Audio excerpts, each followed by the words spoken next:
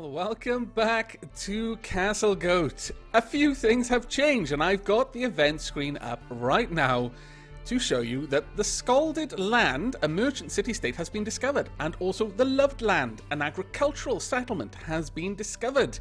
For those of you who don't own the game or haven't been keeping up with the latest news, RoboBob has released a new patch, and it has expanded on the diplomacy screens. We now have ambassadors. I'll cover ambassadors when we actually get to that, but ambassadors and merchants will wait to arrive at your kingdom if it's unsafe. So if there are goblins or something out and about, they'll just kind of wait somewhere off the map, I assume. They'll also just return home with notification if there's no way into your kingdom for some reason.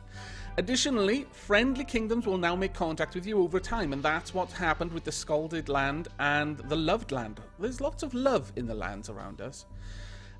There's mining colonies, lumber camps, agricultural settlements, in addition to the merchant city-state, which we already understand. Now, these kingdoms will offer goods at cheaper rates. For example, you'll get food at an agricultural settlement for much cheaper than you would at a merchant state. You'd get wood at a lumber camp much cheaper. You'd get ores from a mining camp much cheaper. And the types of place they are will dictate the prices they'll pay for things as well. So, for example, a mining colony will pay more for food.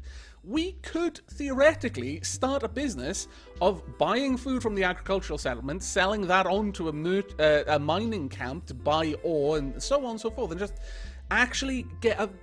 I guess it's sort of a very simple simulation of an economy at the moment, but it is a simulation of an economy outside of your kingdom, and this is fantastically exciting for me. Now, I did mention diplomats, and we are actually, ambassadors, and we are actually going to have to host ambassadors. To have trading partnerships with places, we need to have an ambassador with them, and then they'll send merchants and things from their various states. I assume. This is the first time I've played with this, so there's a lot of new things that we need to do. And with that in mind, I've been thinking that I would like a little stairs in this style going up here with a very, very short sort of terrace and some ambassador quarters. Now, the ambassador quarters shouldn't necessarily have any specific worth. I don't think it really matters to them how valuable their quarters are, but they will require food and drink when you're staying in the kingdom. They will require their own quarters with a bed and privacy and a minimum worth. It does say minimum worth, so I imagine there's like going to be a set worth it has to have before they'll consider it, but you're not going to have to make it ridiculously opulent. Or at least I hope so. My fingers are crossed on that part, because if so, then I may have to have our metalsmiths making some metal statues to bump up the worth. But this is going to be fantastic. Now, let's allow the simulation to continue a little bit. We are still waiting on an awful lot of things to be made, alas. That's going to be the order of the day for a little while. But along those lines, I've actually told them not to worry too much about this. We're currently replacing walls and setting things up in here. I also need to replace that floor. But as you can see, just getting things done. We've got a lot of stuff actually now being sorted out and brought in here, which is quite awesome. Though I'm thinking I may need to take the advice of some people in the comments and actually get some dedicated haulers. I don't really want to, because we haven't got that big of a population. We've only got 26 gnomes. 3 of them are in the military. But we do have some double ups on things we don't necessarily need, like, for example, the carpenters and the masons. Because, well, I mean, especially the masons, because they've got 2 dedicated lumberjacks who can take over carpentry jobs if there's no woodcutting jobs to be done. So I'm thinking that maybe one of you 2 will be... Oh, wow, you got 56 in hauling. But you also happen to be our best carpenter as well, so no, you're going to be staying with the carpenter. I'm thinking Elves and Dwarf will be made into a hauler. I'm probably going to set up a, much like Dwarf Fortress, a labourer profession. You will be a professional dog's body running around doing the jobs that no one else really wants to do, but the important jobs nonetheless. But I'm going to do that off screen, so I'm going to pause the recording here, and when you return, I will have the profession set up, and maybe a little bit more will have progressed, and perhaps we'll even be fighting something. You know how it goes. But I will see you in a few minutes. Alright, we have some goblin visitors, and once again, we've got some of them. We've actually got a goblin soldier amongst them. They have got pretty... Oh, wow, they're actually fully equipped. Ooh, that's potentially dangerous. But that's a lot of iron right there. And with their axe, they only have a 31 skill. That's actually not too worrying. Now, I've already given the order for everyone to get to their guard stations and to equip themselves appropriately. I will then give them the order to ring the alarm bell, or rather I'll take one of the people off guard stations so they'll ring the bell. But before we actually get into the fight, we have found the rainy gear. A lumber camp has been discovered. That's going to be very, very useful for us. But for now, we must wait. I'm going to let these guys break through the door themselves. These guys will make a move probably right now. Actually, I'll literally send you guys in. So, no, they've been spotted by the looks of it. Okay. And the ogre has been spotted. And another goblin. And soon another goblin as well. Right. Can you please ring the alarm bell? Yes? No? No? Yes? Will the alarm bell be rung? Can someone please ring the alarm bell? No? Oh, this is most awkward. Yes, it is most awkward. Okay, well, we need everyone to get involved in the fight then. Damn. That didn't work so well. I need to move this alarm bell over here somewhere. I really do. Somewhere further away from the fighting, so that people don't lose their shit every time that there's a goblin in here, and I just needed to ring the bloody bell so that everyone can get on board with the goblin slaying. My lord. But okay, we'll just issue all the attack orders, and everyone else should get involved then. Hopefully, it'll be over with soon. There's ogre blood on the floor. Is there anyone else blood on the floor? Because, well, our soldiers shouldn't actually have the capacity to make them bleed. That's a little worrying. Is everyone okay? Lizzie, are you alright? Yes. I can't actually see the rest of you now. Where's your commander? Show yourself. Oh, there we are. Are you okay? Oh, okay then. Alright, well, let's get this over with quickly. We should be able to carve them down size. Goblin has died. This is actually taking a little while. I wonder if they're all attacking the iron-equipped goblin. They may be. The ogre has died. Okay, that's good. That's a big part of the damage potential taking out. And goblin has died. People are bailing. No, no, no, no, no. No, no, no. This is not how the armies of Castlegoat work. Get back in there, you cowards. Come on. Go. No. Get to it. Oh, dear. Oh. My lord, I saw a bronze helmet there and I thought for a second, a terrible moment, my heart literally sank. I thought we'd lost one of our soldiers. My goodness, that was frightening. Alright then, everyone. Please go back to your civilian roles. Dear lord. Having these goblin soldiers is actually making the game a little bit more frightening all of a sudden. Sound the all clear. Our kingdom worth is rather high at the moment. I will show you just how high in just a second. Let's see. You as well. Go back. And you. Right. Our kingdom worth, as it stands, is 85,000 gnome bucks. That's quite a lot. And also, we've mostly got this place tiled. I decided to make it tile it in stone. So we've got sandstone for most of them, because I really didn't think we had enough planks really to tile it all in wood. I would have liked to, but I haven't done that. But this one is tiled with bauxite because it's the corpse stockpile, and it felt fitting to have it all red. Right, back to your duties. Now, above here, actually, let me go one more up. I'm replacing all of this with granite, just to have a little bit of a color difference, and I've already started to place the floors for the walls to go on. This is mostly going to be basalt in here, as with most of the fort, really. That's going to be a large work area. I'm thinking this one for the, well, probably the butcher, the bonesmith, and the leather worker. I think having the leather worker, well, see, this is the question. I'm not really sure whether I should have the leather worker or not in there. Because the leather worker makes leather straps out of hides and panels, but they actually make an ends product.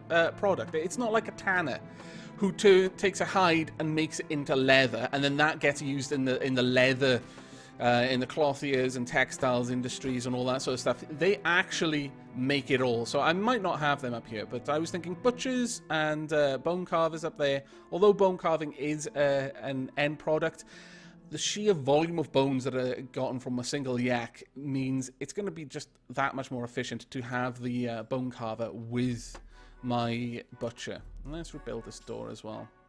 But the other one will be... The other idea is possibly just to have the distilleries on one side and then all the food stuff on the other side. That's also an option. So you'd have the distilleries over here, and then you'd have the kitchens and the butchers over on this side. I'm still deciding on that one. We could go with that. But the stairs is going to continue going up, and it will go up onto the very top level where we're going to have our farms. This stairway will just go up one level, and that's where I'm going to have all of our ambassador residences. But right now, we're just letting everyone get all this stuff over here. I should go over the new labourer profession. As with everything, mechanics, so alarm bell ringing is still a very high priority. Doctor, just the caretaker, and only hauling. This is the only job in the entire fort that doesn't do building. They only haul. Actually, I will add construction to it, but I will make construction a lower priority than hauling. So they will do hauling first. It'll be the only one that does that. But there we go. Now, well, yeah, we're actually really close with having this entirely tiled out, and that would actually be pretty awesome. But we still need to keep going down. I've already laid some of the groundworks down here for the next layer, so let's go ahead and set this to be built. So we want basalt block walls, basalt everywhere, and then on this side. Then we'll dig away the floors in here after building the torch, and we can go down to the next layer.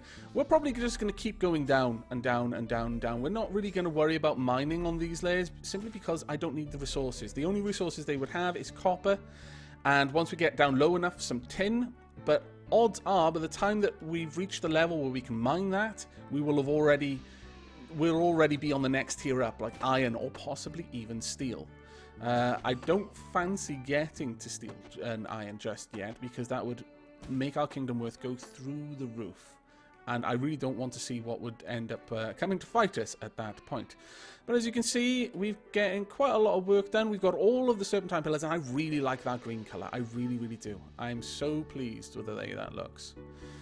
But back here, I'm still undecided on whether I'm going to have any rooms back here, you know, not actually facing the sun. I like the idea of having all the rooms sort of facing out, having some sort of windows with them. I just think that the gnomes would appreciate it, honestly. Now, another yak is born. This is a fairly common thing. We're getting yaks all the time, and our butcher is very, very busy chopping them all up, as well as all the goblins.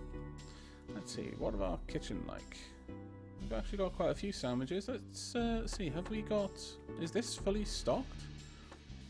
This should be full of only tea. Fantastic. Our military drink well. They should also eat well, hopefully. Is this also full of sandwiches? Yes, it is. Goblin sandwiches, ogre sandwiches, emu sandwiches, honey badger sandwiches. Oh, fantasticness. Now, along with my design not to increase the worth of the fort too much, I've been thinking that the other two positions here shouldn't actually be fully armoured. Since our tower shield wielding soldiers will hopefully be taking the majority of the attention away from any potential invaders. What were you doing out there? Oh, you were probably gathering saplings. We could actually go with the final two positions being a bit more sneaky, which requires that they only have leather armor. Now, whilst I've said that ogre leather armor is particularly powerful, I never really appreciated just how powerful, or rather how protective, ogre leather armor is. Apparently, it's on par with bronze. So I could have two entirely ogre leather equipped soldiers who would be able to have the sneaky trait, because sneaky requires that they're in light armor, and then just like a weapon, because with the sneaky trait, what happens is if the person they attack is facing someone else, is attacking someone else, so they are not the focus, so effectively they could flank them, then effectively they get backstabs and that sort of thing, just damage multipliers. So we could have two dedicated damage dealers with light armor and the sneaky trait, and I think that might actually pay off quite well, because the leather armor would probably keep down the cost of... sorry, their kingdom within the fort. Now we're finally seeing stuff brought down here. I think... Oh, what on earth is there? That shouldn't be there. I think we're probably going to want to go ahead and bring in some crates. But in the meanwhile, let's also get this finished off. So there we go, and drag this down there. I'm leaving a door just in case I want to access behind here for something. I may do, I really don't know if I will, but best to leave that option open, I feel. But we definitely do need more crates, so let's go and get some crates done. How many can we afford to make? Have we got much pine? Yes, we do. Let's make 4 pine crates, and we'll put 1 in each stockpile. Except that one. The wood one, yes, we'll also have one in the wood one, because logs do go into crates. So we want pine crates, we'll have 1 in there, 1 there, 1 there, but yeah, let's have 2 in there, because we will hopefully get quite a large amount of logs in the near future. And that will help us immensely. Ooh, that was sneaky, I wasn't expecting that. They're not particularly well equipped either. Where are you coming from? That worries me if you're not... Is there a soldier hidden behind you? No. What skills have you got? You're not very well equipped at all. Okay.